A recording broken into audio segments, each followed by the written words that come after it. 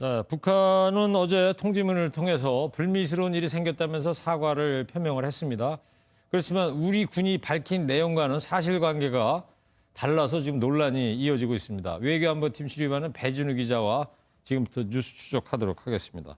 배준우 기자, 북한 지도자가 우리 군 발표 하루 만에 사과의 뜻을 전한 거 상당히 이제 이례적이라고 평가를 받고 있는 건데, 근데 노림수가 있다. 이런 해석도 있어요. 어떻게 봐야 될까요? 네, 일단 지난 2008년 금강산에서 관광 중이던 박광자 씨가 북한군 총격에 사망했을 때는 사망 사고는 유감이지만 책임은 전적으로 남측에 있다고 했던 것과 대비되는데요. 네. 일단 코로나19 방역 때문에 사격과 소각이 이루어졌다고 알려지면서 반인륜적인 범죄라는 국제사회의 비판이 거세고요. 오토 원비어 사건의 트라우마가 있는 미국도 북한에 대한 비판에 나서면서 북한이 상황 관리에 나섰다는 분석이 나옵니다. 관련 전문가 멘트 들어보시죠. 특히 시신 훼손 부분과 관련해서 한국 내 여론뿐만 아니라 국제 여론까지 움직이는 동향을 목격한 후 조속한 대응이 필요하다는 판단을 한 것 같습니다. 대선 전에 북미가 깜짝 회동을 할 거란 오토버 서프라이즈 가능성이 줄곧 제기되는 데다가 폼페이오 장관이 추석 직후에 방한할 예정인 것도 영향을 미쳤을 걸로 보입니다. 그렇죠. 폼페이오 미 국무장관이 이제 조금씩 방한할 거라고 하는 거고. 예. 그리고 이제 청와대가 추가 조사를 요구하는 한편에 말이죠. 필요하다면 공동조사 요청하겠다고 했는데, 자, 북한이 이거를 받아들일 것 같습니까? 어떨 것 같습니까? 일단 그 부분에 대해서는 다양한 의견들이 이제 나오는데요. 예.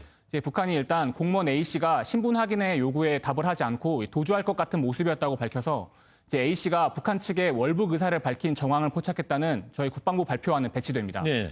또한 북한은 A씨에게 사격을 가한 뒤 시신을 발견하지 못했고 부유물을 태웠다고 주장하고 있는데요.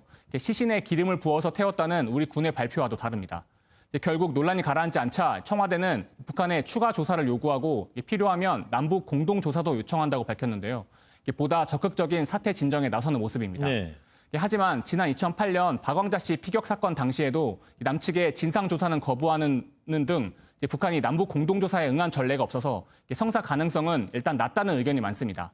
전문가 의견 들어보시죠. 김정은 위원장의 명의로 이 사과를 한 거기 때문에 이 이후에 추가 조사나 서면 공동조사를 통해서 새로운 것이 나와서 상황이 바뀐다라는 것을 수용하기가 오히려 어렵습니다. 반면 일각에선 공동조사는 받아들이기 어렵지만 북한이 자체 조사를 추가로 해서 자료를 넘기는 대신에 인도적 지원 등을 요구할 수도 있다는 예측도 나옵니다. 네, 뭐 여러 가지 지금 해석이 나오고 있는데. 예. 그리고 말이죠. 북한이 어제 보낸 그 통지문의 그 마지막 부분 보면 예. 무슨 후속 대책을 거론했단 말이에요. 예. 그렇다면 북한이 이 최종 사격 지시자 등을 밝히고 이에 대해서 조치를 취할 가능성이 있어 보여요. 어때요? 네, 일단 사격을 지시한 지휘권자가 누구인지가 관건입니다. 예. 정보당국은 김 위원장이 직접 사과를 표명하는 것으로 봐선 사전 보고가 이루어진 것 같진 않지만 최고 수뇌부가 관여했다고 판단하는 것으로 알려졌습니다.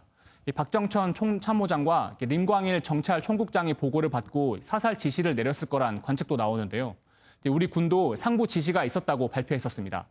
북한은 어제 통지문에서 현장 군인들이 행동 준칙에 따라 사격했다며 상부 지시 의혹을 부인하고 있어서 관련자 처벌까지 이어질 가능성은 낮아 보입니다. 네.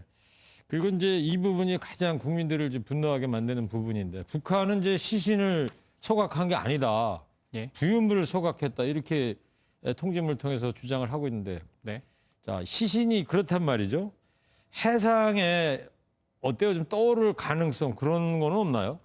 네, 일단 우리 해경과 군은 시신이 떠오를 가능성을 염두에 두고 이제 수색에 최선을 다하고 있는데요. 예. 이제 우리 해경과 군은 A씨의 시신과 유류품 등을 찾기 위해서 선박 30척과 헬기 2대를 동원해 수색하고 있습니다. 북한의 주장대로 시신을 소각하지 않았으면 시신이 떠오를 가능성이 있어서 함정을 추가 투입해서 수색을 강화했습니다.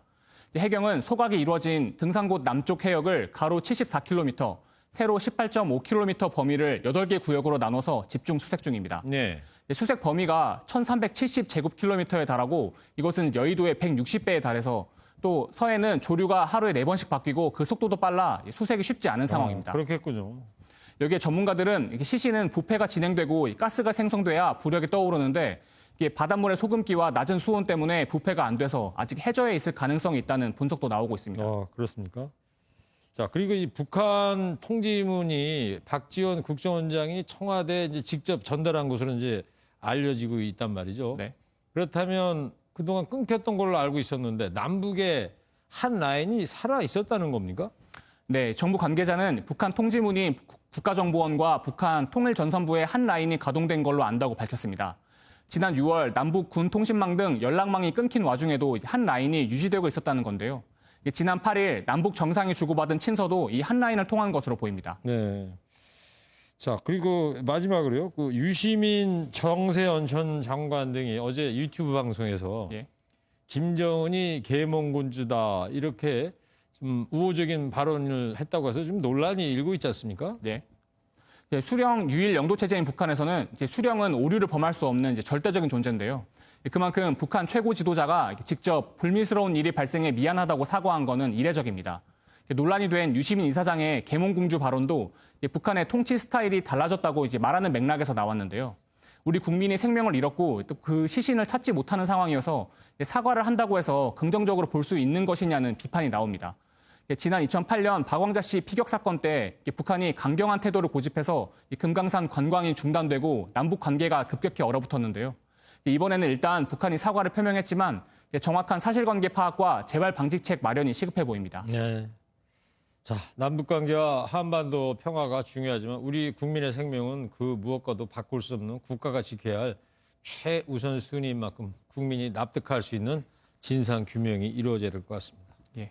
뉴스 추적 배준희 기자였습니다.